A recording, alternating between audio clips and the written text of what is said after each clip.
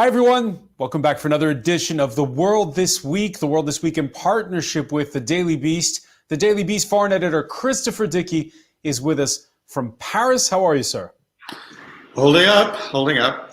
All right, there's light at the end of the tunnel for you, Chris. We're going to talk about it later in the show. They're going to reopen cafés soon. We're also in the company of Agnès Poirier. Your latest book, The Soul of France, about Notre Dame Cathedral. You are L'Express's correspondent in London, and you've been toing and froing during lockdown. We'll maybe talk about that in a little bit. How are you? Very well. Joining us from Newcastle in the north of England, Judah Grunstein, editor-in-chief of World Politics Review. How are you? Feeling great. Feeling great. Okay, well, that's good to know. And we're also joined from Hong Kong by Laura Chal, independent photojournalist and news reporter. Laurel, thanks for joining us here in The World This Week. Thank you. Thanks for having me. So exactly 2 weeks ago, you were one of the few to travel using an international commercial carrier. You went from Paris to Hong Kong, and when you landed, you took pictures of what it was like. Talk us through it. What happened when you returned home? So when I got home, I had to fill in all these forms at the airport. I got a tracking bracelet, which I no longer have to wear, thankfully. I had to download an app, and then I was taken to another facility on a bus where I had to collect my own saliva sample, hand it in, and sit in a hall for about 7 hours until my result came back. I was negative, thankfully, and I still had to go home and do I had to do 2 weeks of quarantine, very strict quarantine. Officials would call me to make sure that I was at home with a video call, to make sure I was wearing my tracking bracelet as well.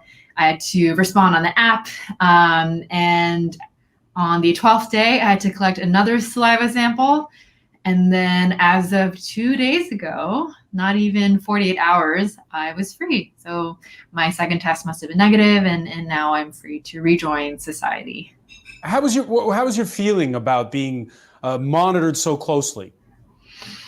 Well, I mean, I think everyone in Hong Kong understands the importance of having these measures, so no one really complains about it. And I think everyone inside Hong Kong is glad that they're doing that, because in Hong Kong, we almost have the virus under control locally. It's been, I think, 15 days now that we haven't had a single case of the virus that was caught within Hong Kong. Almost all of our cases in the last 2, 3, 4 weeks have been imported from abroad. So we know that the danger is people flying in, and that's why people fly in have to do all these measures. And I think people don't really complain about it. As for the privacy issues, it's not ideal, but in this case, I understand the reasons why they're doing it, and I trust the people who are administering it. So I think it's an okay sacrifice to make. And now I'm out in society in Hong Kong. Restaurants are open, bars are open,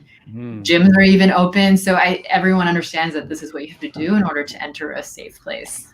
Okay, so one end of the spectrum, you have Hong Kong. Laurel, you're in the company of Agnès Poirier, who is one of the few people who's taken that €1 a day to and from Paris to London during lockdown. And yes, when you listen to Laurel's story, how does that compare with your experience? Well, perhaps I was very lucky, but it was extremely easy, although I had good reasons and I had dozens of papers with me. If you're a French citizen like me, you are used to thinking in terms of bureaucracy, and you want to show that not only you're in your right, but also that you have all the available papers to prove it. So there was only one Eurostar, and I must say I only did it twice. I didn't want to actually take the Eurostar too often, and also you never know. Perhaps I was very lucky, but it was not difficult, and I was prepared for it to be very difficult. During the lockdown, there were very few people taking the Eurostar, so it didn't feel, we were perhaps 4 or 5 people per coach. But there was no quarantine. There was no No No, draconian no measures quarantine, like but- Laurel's describing. No, but everything was shut. No, obviously no bar, you had to bring your own food or your own water with you. And of course you had to wear masks. So it felt quite secure, also because there weren't that many people. And when I came back after the lockdown eased in Paris, it was slightly more crowded. But again, queuing with the social distancing, and it was all done very seriously and quite rigorously as well. So I had a good reason to travel. One was serious family reasons, and the second one was working, and I had all the relevant papers. So I assume that's the reason why it was so easy. All right, still up in the air, and I'm sure Judah Grunstein is following this very closely, is whether or not UK travelers will be able to vacation in France this summer. Maybe we'll talk a bit more about that later on. Let's turn to the latest news at this point, which is what's out of the United States. We had another third night of protests and even rioting in the U.S. after the death of a 46-year-old black man. It was filmed. It was in the hands of police. And it feels like yet again, Selena Sykes has more. The 3rd precinct in Minneapolis in flames as police face the anger of a wounded community. The police station was evacuated after crowds forcibly entered the building and set it ablaze. Elsewhere, businesses were looted and cars were set on fire as a third night of protests against police brutality turned violent in Minneapolis and its twin city, St. Paul. The National Guard has been deployed and a state of emergency declared in both cities. In a press conference, the mayor of Minneapolis said he understood people's frustration, but condemned the scenes of violence. There is a lot of pain and anger right now in our city. I understand that. Our entire city recognizes that. What we have seen over the past several hours and the past couple of nights in terms of looting is unacceptable. Protesters are voicing their outrage after the death of George Floyd in police custody on Monday. Peaceful demonstrations earlier on Wednesday called for the arrest of the 4 officers involved in the incident. The treatment of black people in America is ridiculous. It is not okay at all. We're fed up. It's been way too many times where we've had to peacefully protest. We've had to come with our signs and we're never seeing results. We never get a conviction. This image shows 46-year-old George Floyd struggling to breathe as a police officer kneels on his neck. He was taken to hospital and pronounced dead shortly after. Several investigations into the incident are currently underway. Christopher Dickey, the 4 police officers have been fired, but for now, it doesn't seem to be going any further than that. Well, not for now. I think that the prosecutors said they were a little bit reluctant to rush the prosecution, because in some cases we've seen the local prosecutors do that and then lose the case in the courts or on appeal. They don't want to do that if they bring, especially murder charges against the officer who was kneeling on Floyd's neck and killed him, in fact. But that's not going to satisfy people politically. And you know, this kind of brutality goes way, way back to slavery times in the United States, but we didn't really see it in the general public until about 25 years ago, or 30 years ago now, when Rodney King was beaten in Los Angeles. And that started riots in 1991 that were horrific. But we've seen, since then, we've seen again and again and again, thanks to video and then video phones, the terrible things that happen to black people essentially just because they're black. They get shot, they're terrified because white cops or black cops come up and see them as potential killers or criminals. So you have people who are, a man who's selling cigarettes in New York killed by a chokehold. You have this man killed for what? For passing a fake $20 bill that he may not even have known was fake? No, this is not acceptable at all. Judah Grunstein, the context since the killing of that black man in New York City, if anything, it's become more polarized in the United States. More polarized politically, and especially in the context of the coronavirus pandemic, where we've seen a disproportionate amount of people who are victim to the virus being Black, minorities, who are often overrepresented or disproportionately represented in frontline and so-called essential jobs, which are often very low paying at this point in terms of service economy jobs. So there's that as well. Often we see in these situations there's an economic element or a opportunistic economic element in terms of the looting, and sometimes that dilutes the political aspect that Christopher talked about. And I don't think it should. I think that one goes hand in hand with the other because there's often an economic aspect to the oppression and the inequality in terms of racial inequality in the United States. I think there are two things here as well, one or three even. One is a question of policing, which is where you have police forces that clearly have not done the training and the education of their forces to get the word out that these kind of crimes do not warrant this kind of physical and why not? We had a few years back Ferguson, that suburb of St. Louis. That's what everybody was saying at the time. Why hasn't the training happened since?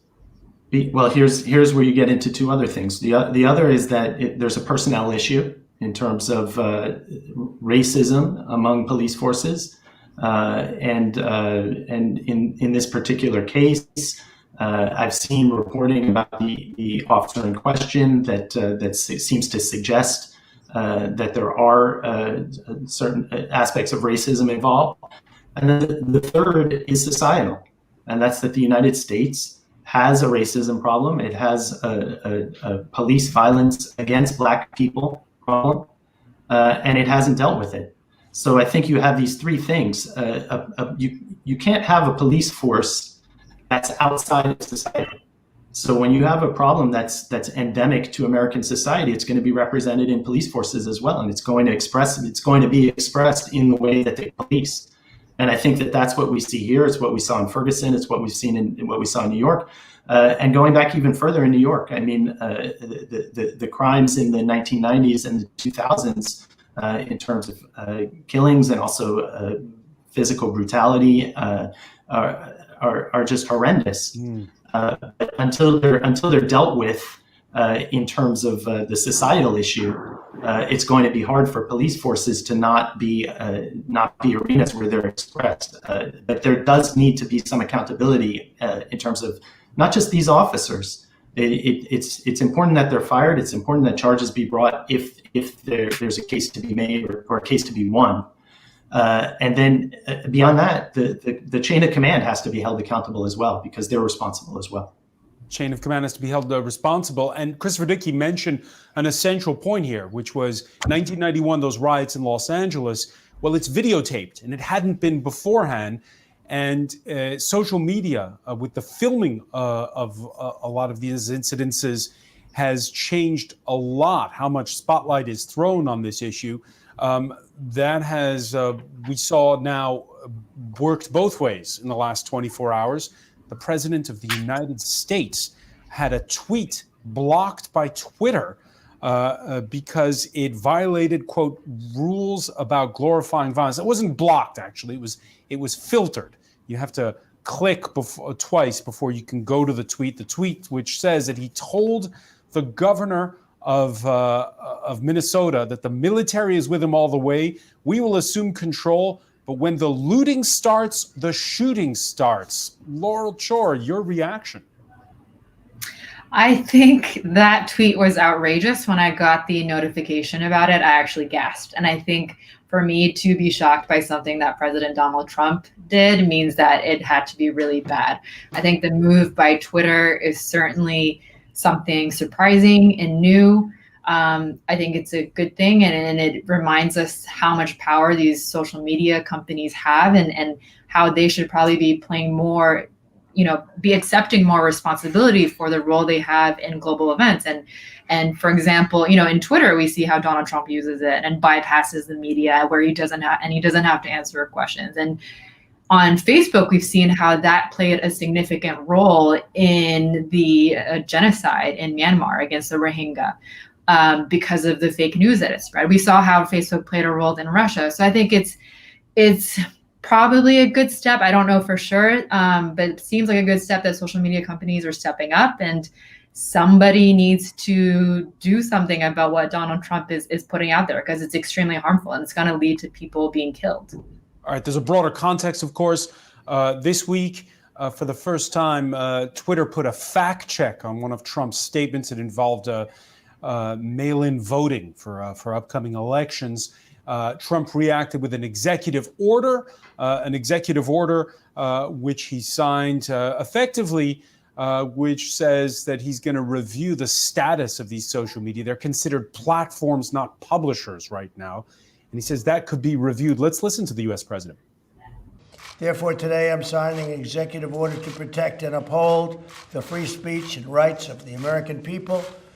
Currently, social media giants like Twitter receive an unprecedented liability shield based on the theory that they're a neutral platform, which they are not an editor with a viewpoint. My executive order calls for new regulations under Section 230 of the Communications Decency Act to make it that social media companies that engage in censoring or any political conduct will not be able to keep their liability shield. That's a big deal. Chris Verdicki, is the U.S. president right? Should there not be a liability shield for these platforms, which, let's face it, are not platforms, but are publishers? Well, it's very hard to decide. Once you start to really ask them to be publishers with millions and billions of tweets and Facebook posts, I mean, how can they accommodate that? It isn't clear at all. What is Trump doing here? He's not only trying to clear the way for himself to say anything he wants about anybody, to accuse people of murder, which he was also doing last week, one of his political enemies. He's advocating violence in one of the tweets that was tagged by Twitter. He's doing all kinds of things, but what else is he doing? He's also opening up Twitter to more bots, to more Russian and Chinese and other interference, because the initial reaction of Twitter, the initial effort by Twitter to try and deal with these kinds of issues was not about Trump. It was about the bots, the interference in the elections, all the issues that came out of the 2016 campaign, plus the whole question of white supremacists, racism, anti-Semitism, all that's propagated on these platforms. If we want to say that these platforms should be publishers and will be liable for what is said on those platforms, that will effectively shut them down, or at least reduce their content considerably. On the other hand, if it shuts Trump out of them, that wouldn't be the worst thing that ever happened. Agnès Poirier, your thoughts on this? Well, if only Twitter had done it earlier, if from the first tweet that showed that either glorified violence or was inaccurate from the American president, Twitter had done this, perhaps we would be in a different situation today. How to say this? I mean, that the American president should want to regulate social medias. I mean, social medias create monsters, and monsters use social media. So they're almost made for each other. But to go back on Minneapolis, because he calls thugs people who are just sincerely shocked, that everybody who saw the video of this poor man being killed by two police officers.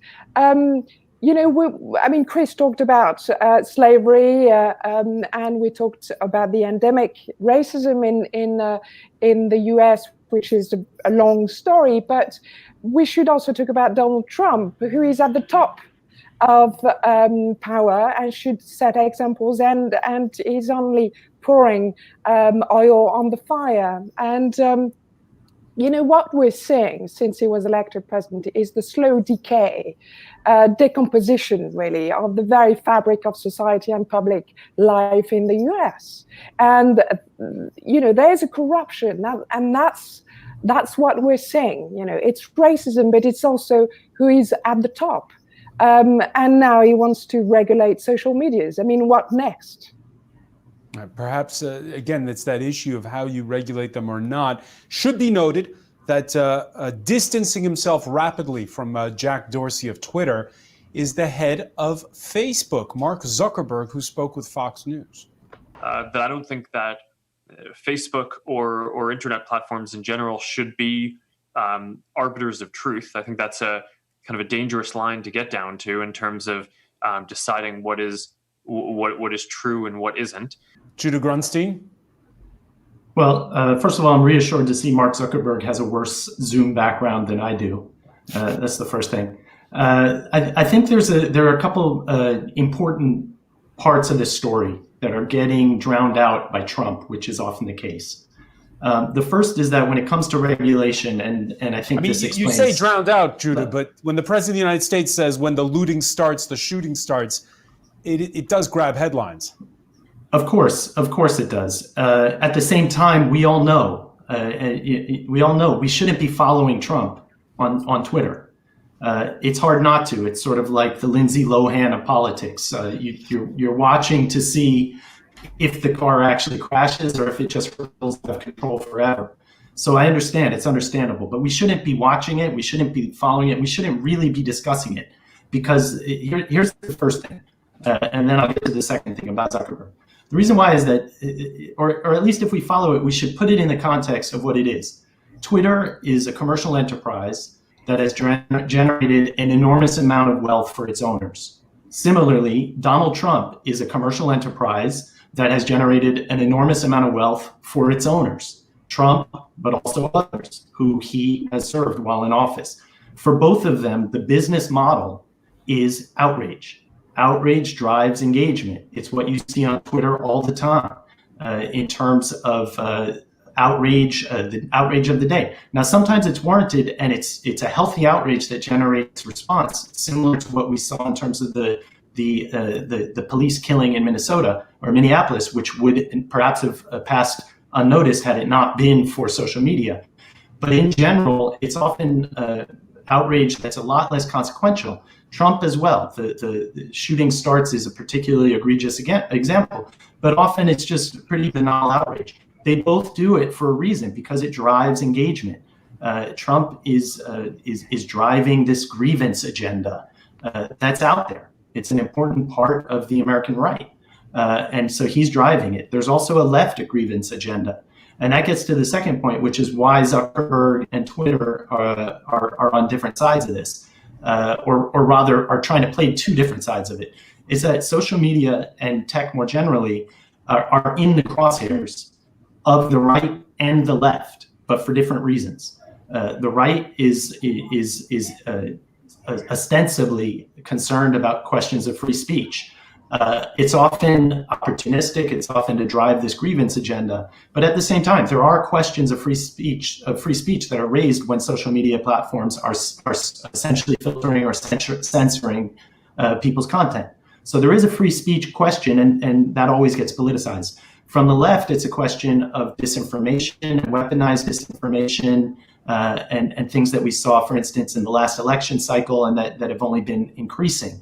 So there's two different reasons, but it's kind of like the guy with the plate of food. On one side of him, he's got a starving man, and on the other side, he's got a cannibal. They're both really interested in him, but for different reasons. It doesn't make his outlook very, very, very good in either case. So social media knows that the heat is on. They know they're going to be regulated, and they're responding to it in different ways. But those are really the two main stories, I think, in this, not necessarily Trump's outrage of the day, however egregious it sometimes gets. All right, speaking of outrage, last week on the show, we were talking about China perhaps calling time for good on Hong Kong's special status. The parliament out of Beijing making the announcement of that security law. Laurel Char returning there just in time for that, you might say. And what's also changed this week, Laurel, and we can look at the tweet from the U.S. Secretary of State, is the United States raising the rhetoric. Today I reported to Congress, says Mike Pompeo, that Hong Kong is no longer autonomous from China. Given facts on the ground, the United States stands with the people of Hong Kong. What do people there think that means, stands with the people of Hong Kong? Well, in Hong Kong, it is a very polarizing issue. Not everyone supports the protests, although they do certainly have broad support from the public. It doesn't represent all of Hong Kong people.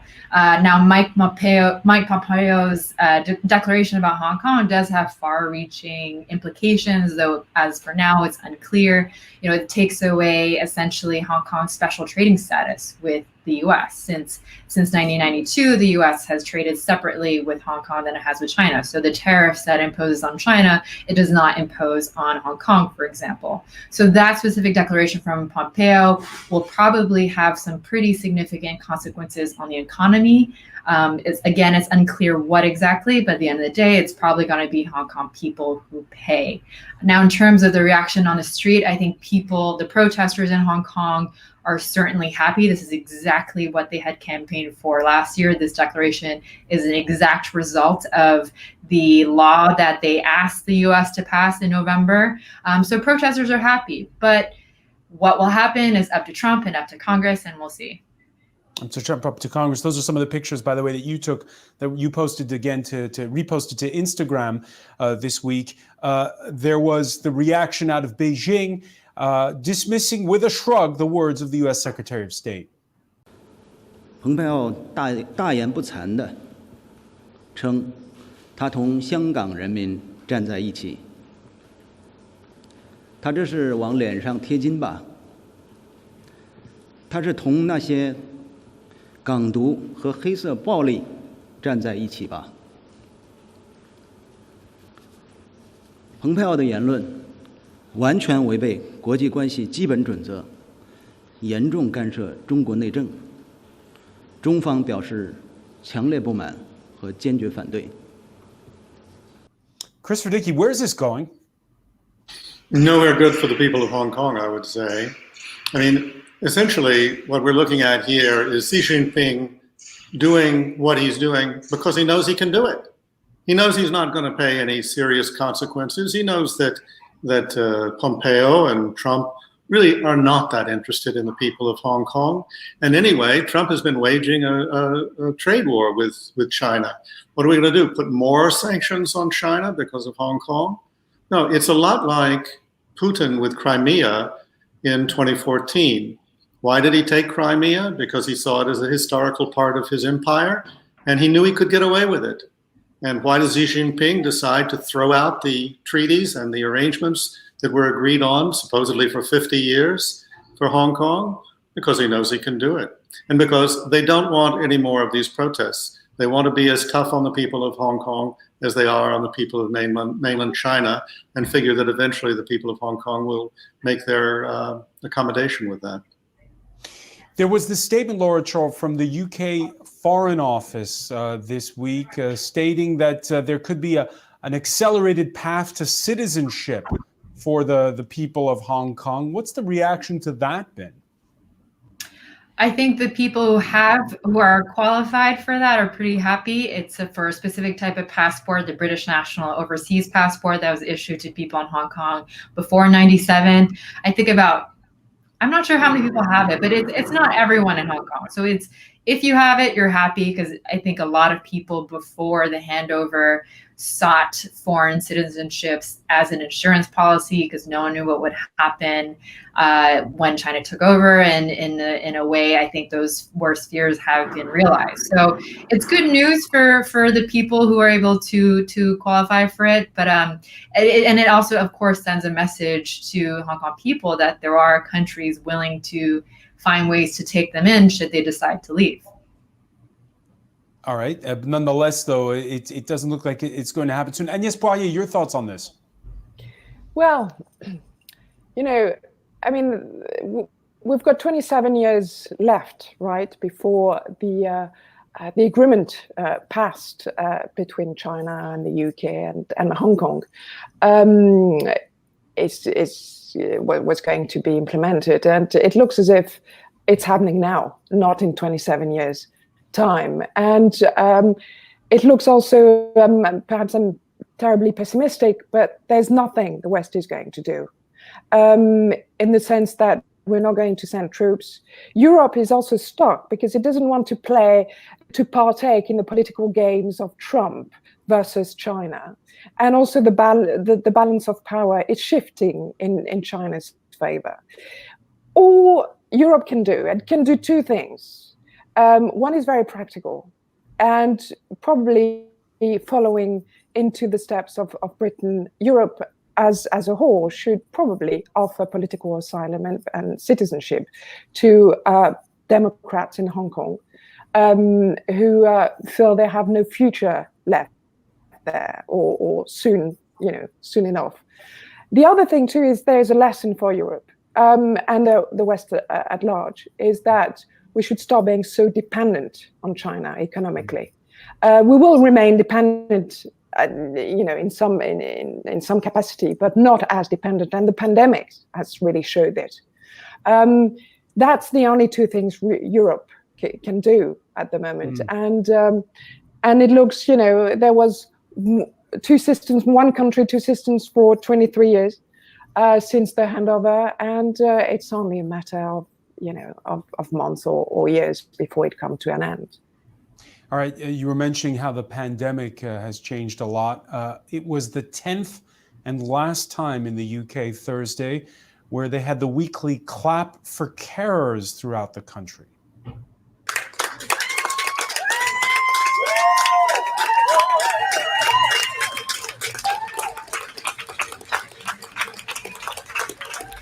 Now, Judith Grunstein, your thoughts on the fact that they've decided, all right, that'll be the last time?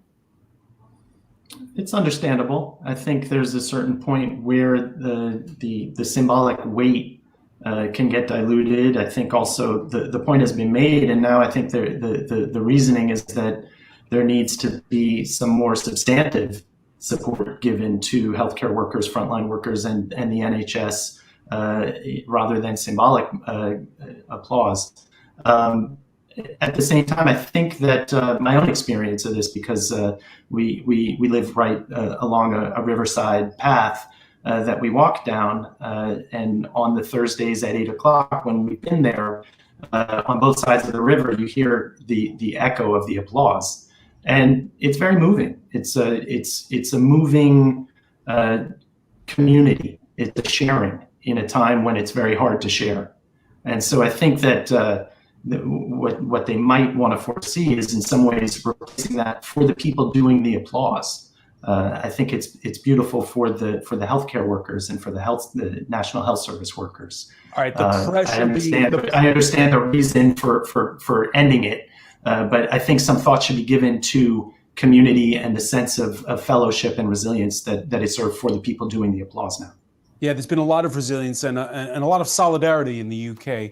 Since the lockdown began. And well, it wasn't by coincidence. If you look, for instance, at the front page of this Friday's Daily Mirror, you see the sacrifice, a picture of a healthcare worker in the top corner who is separated, self-isolating from her child. And next to it, you have, well, the picture of Dominic Cummings once again. Dominic Cummings, who is the special advisor to Boris Johnson, who made that 264-mile trip in March to his home in the north in County Durham, and who therefore broke the rules to do so, adding on the pain his excuse for then visiting a castle on his wife's birthday was that he wanted to test his driving. Dominic Cummings, who, when faced with the British media, was emphatic. No, I have not offered to resign. Did you ever consider it? No, I did not. I have not considered it. And it's Friday, and he hasn't resigned, Agnès Poirier. No, and he's not going to be sacked. You know, I mean, special advisors are not like ministers or high civil servants. They are not accountable in the same way. So the only person who can sack him is not an inquiry or MPs or the parliament. It's the person who employed him, and that's Boris Johnson. And Boris Johnson is so dependent on Dominic Cummings that it's not going to happen. Also, you know, Boris Johnson has a majority of 80 at the parliament, and he can just, he doesn't care about public opinion because he's not going to face public opinion for the next 4 years and a half, the next general elections. But he's probably made a terrible political mistake because it's for everyone to see now in Britain that the Prime Minister is terribly weak. A man who doesn't work his dossiers and who has no experience of government, and who probably showed during the pandemic that is suddenly good on messaging. He can deploy charms and wit, but during the PMQs, the Prime Minister's questions in Parliament, with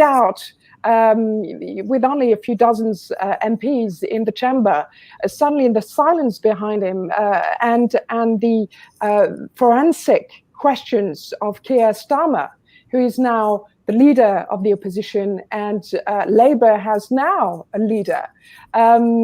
It was very striking to see, and the whole country could see that suddenly the PM, without his fan base behind him making a lot of brouhaha, well, it just fell flat.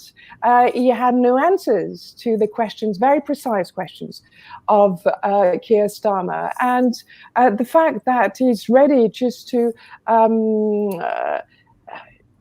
the sacrifice of dozens of thousands of British citizens who obeyed the rules, who abided by very stringent rules. They didn't go and visit dying parents. They didn't get to funerals just so that they wouldn't spread the virus. And here's Dominic Cummings, who helped draft those rules and who think he's above the rules, and not only did he breach the lockdown, he did it 4 times.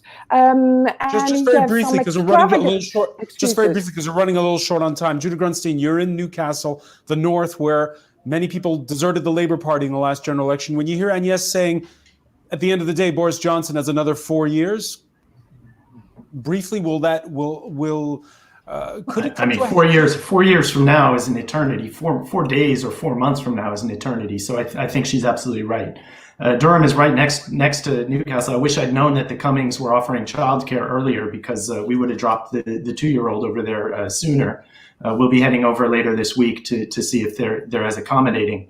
I think, however, that just as an example, in addition to the people in the UK who have followed the rules that Cummings drafted, there's the example of Mark Rutte, who is, I think I've gone dark, so I'm not sure if I'm still on. You're still on. You can go again, Judah. Okay. Mark Rutte, who is the Prime Minister of the Netherlands, his mother passed away, and no one found out about it until 2 weeks later. And he had not gone to see her in the weeks before she passed away because of the regulations that his government had put into force. And he went to see her the night before she died because that was allowed. And he didn't publicize it. It came out very quietly 2 weeks later, and he still hasn't really tried to publicize it. Or make political profit from it. So I think that the comparisons are very unsympathetic to Dominic Cummings. But as Agnès said, he's less accountable, and it's very unlikely that he'll be fired or be forced to resign. All right, Agnès, who posted a picture on Twitter earlier this week of that favorite Paris haunt, the Café Rostand next to the Luxembourg Gardens, shuttered. The good news is cafes are going to be able to reopen entirely in some parts, in others. There's going to have to be social distancing here in Paris, where the status of the lockdown is not the same as in other areas. That only the terraces will be open. However, one restaurant owner in the first arrondissement has come up with a clever solution. en rebuter certains, sans doute, mais je pense que tout le monde s'adapte.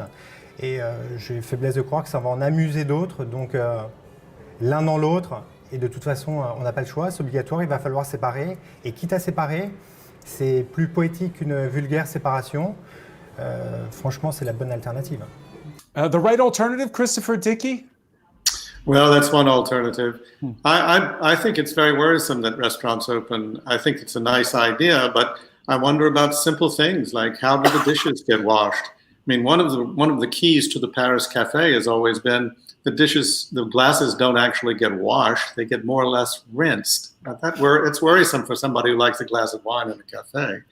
And I think that the social distancing that I see on the street, because I go out every other day or so now, is not very distant social distancing. The mask wearing that I see on the street, minimal. I was out yesterday, I would say maybe 15% of the people that I saw were wearing masks. A lot of them were wearing them on their wrists, hanging from one ear. A lot of them were wearing them under their chins. I don't think the whole social distancing, the whole regimen is going to hold up well at all in the weeks to come. I expect it will break down almost completely by the end of June. Agnès Poirier? Well, I will certainly be first at dawn on Tuesday morning, keeping my distance, of course, but enjoying my black coffee at a terrace in Paris before I return to London.